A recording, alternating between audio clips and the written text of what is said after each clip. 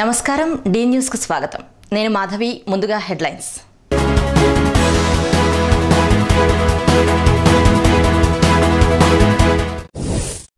నేడు నగరంలో పర్యటించనున్న చంద్రబాబు అన్ని ఏర్పాట్లు పూర్తి చేసిన అధికార యంత్రాంగం. 3 ఏళ్లలో పోలవరం పూర్తి చేస్తామన్న మంత్రి ఉమా. ముంపు ప్రాంత ప్రజలను ఆదుకుంటామని హామీ. అప్పుల ఊబిలో ఉన్న కార్పొరేషన్ను ఆదుకోవాలన్న సిపిఎం నేత బాబురావు. నేడు చంద్రబాబును కలిసి సమస్యలు వివరిస్తానని వెల్లడి. ప్రజల సమస్యలే ప్రధాన ఎజెండా అన్న డిప్యూటీ మేయర్. ప్రతిరోజు కార్పొరేషన్లో అందుబాటులో ఉంటానని వెల్లడి.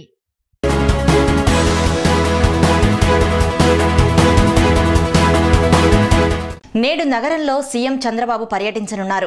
ఏపీ ఎన్జీఓస్ నిర్వహించనున్న సభలో పాల్గొననున్న చంద్రబాబు రాత్రికి శేషసాయి కళ్యాణ మండపంలో ఇఫ్తార్ విందులో పాల్గొననున్నారు. సీఎం రాకను పురస్కరించుకుని అధికారులు ఇప్పటికే అన్ని ఏర్పాట్లు పూర్తి చేశారు.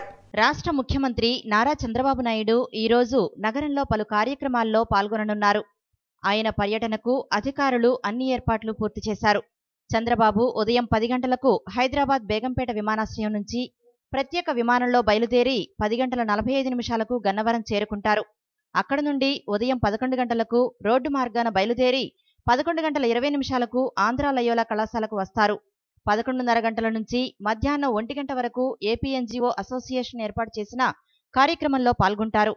భోజన విరామం అనంతరం 1 గంట 40 నిమిషాలకు ప్రభుత్వ అతిథి గృహానికి చేరుకుంటారు. అక్కడ విశ్రాంతి తీసుకుని 3 గంటలకు ఇరిగేషన్ కార్యాలయ ప్రాంగణానికి చేరుకుంటారు. సాయంత్రం 6 గంటల 20 నిమిషాలకు అక్కడి నుంచి బయలుదేరి 6:30 గంటలకు బందర్ రోడ్డులోని శేషసాయి కళ్యాణ మండపానికి చేరుకుని ఇఫ్తార్ విందులో పాల్గొంటారు. రాత్రి 7:30 గంటలకు బయలుదేరి 7 గంటల 50 నిమిషాలకు గన్నవరం విమానాశ్రయం చేరుకుని 8 గంటల 40 నిమిషాలకు హైదరాబాద్ వెళతారు. పోలవరం ప్రాజెక్టుని 3 ఏళ్లలో పూర్తి చేస్తామని నీటిపారుదల శాఖ మంత్రి దేవినేని ఉమామహేశ్వరరావు తెలిపారు.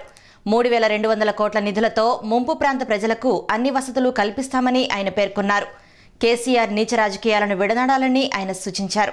పోలవరం ప్రాజెక్టు నిర్మాణాన్ని 3 ఏళ్లలో పూర్తి చేసి జాతికి అంకితం చేయడానికి ఆంధ్రప్రదేశ్ ప్రభుత్వం కృతనిశ్చయంతో ఉందని రాష్ట్ర నీటిపారుదల మంత్రి దేవినేని ఉమామహేశ్వరరావు పేర్కొన్నారు. నీటిపారుదల శాఖ కార్యాలయంలో విలేకరుల సమావేశంలో మంత్రి ఉమా మాట్లాడుతూ ఆంధ్రప్రదేశ్ పునర్వ్యవస్థీకరణ బిల్లులో పొందుపరిచిన అంశాలకు చట్టబద్ధత కల్పించడంలో నాటి యూపీఏ ప్రభుత్వం విఫలమైందన్నారు. పునర్వ్యవస్థీకరణ బిల్లు రూపొందించే విషయంలో నాడు అన్ని అంశాలకు అంగీకారం తెలిపిన కేసీఆర్ ఇప్పుడు అభ్యంతరాలు వ్యక్తం చేయడం దారుణమన్నారు.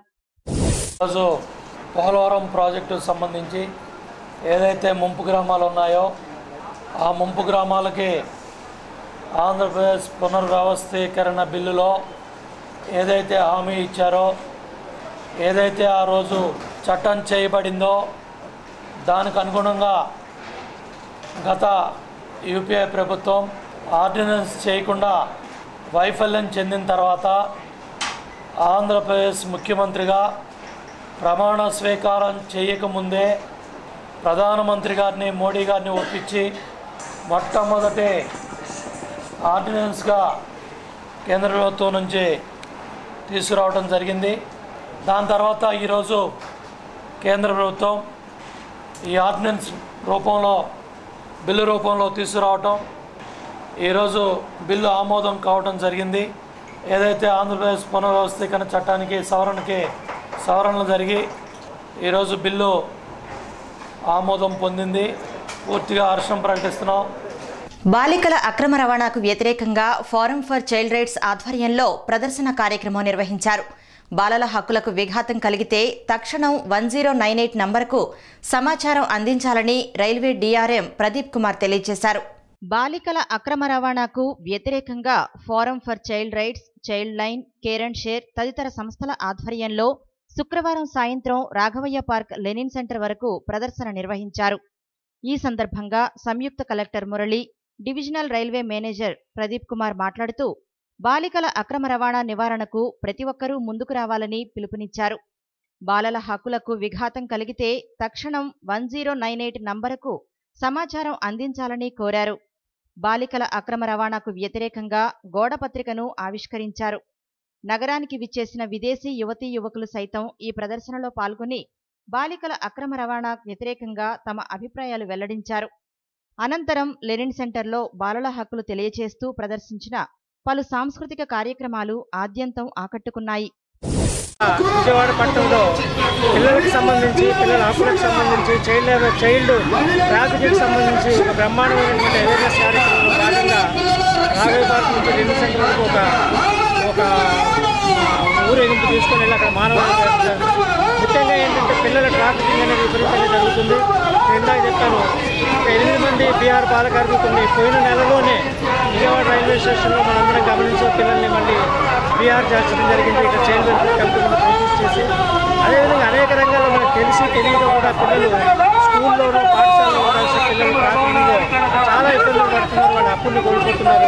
కాబట్టి సమాజం అంతా స్పందించి పిల్లలందరూ బడిలో ఉండే విధంగా చూడాల్సిన బాధ్యత తమ వంతు కర్తవ్యాన్ని నిర్వహించడం అందరినీ కోరుతూ విజ్ఞప్తి చేస్తారు. అంతర్జిల్లా దొంగల ముఠాను మాచవరం పోలీసులు అరెస్టు చేశారు.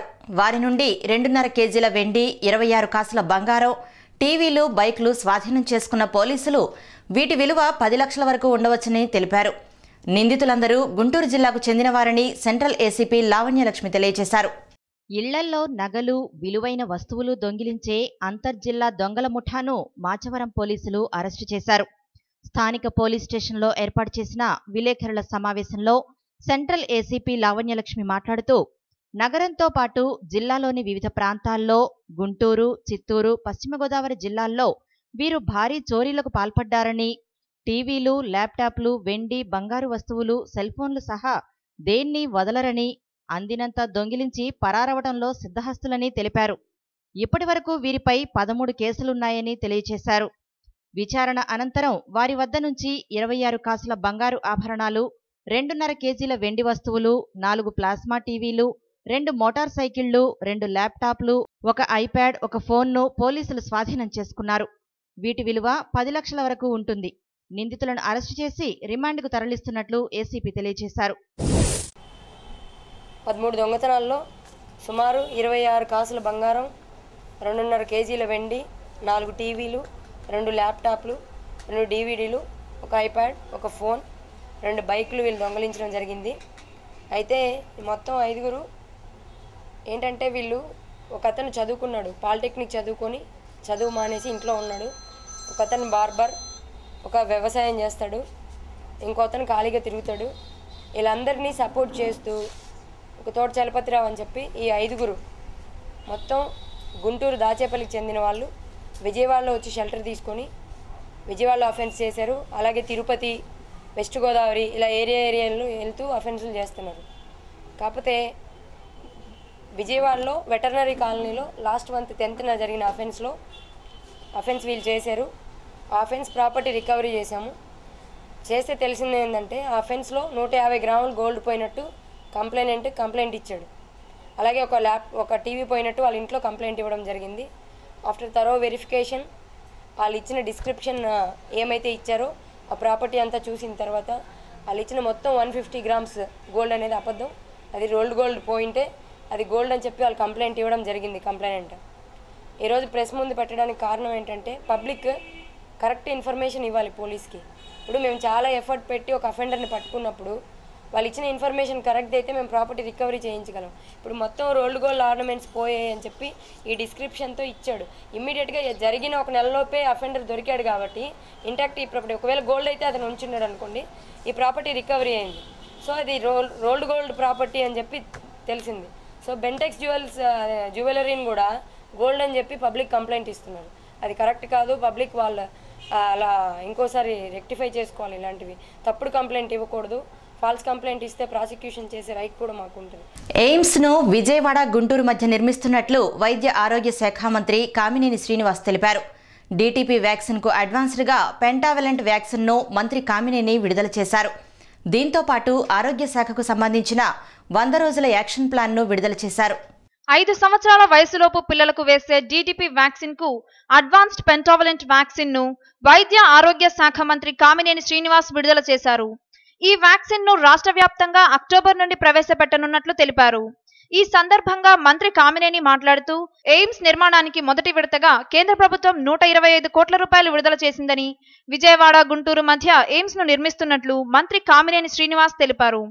వైద్య ఆరోగ్య శాఖకు సంబంధించిన 100 రోజుల యాక్షన్ ప్లాన్ ను మంత్రి విడుదల చేశారు. రానున్న రోజుల్లో ప్రభుత్వ ఆసుపత్రిని కూడా అభివృద్ధి పరచడానికి తగిన చర్యలు చేపట్టినట్లు మంత్రి కామినేని తెలిపారు.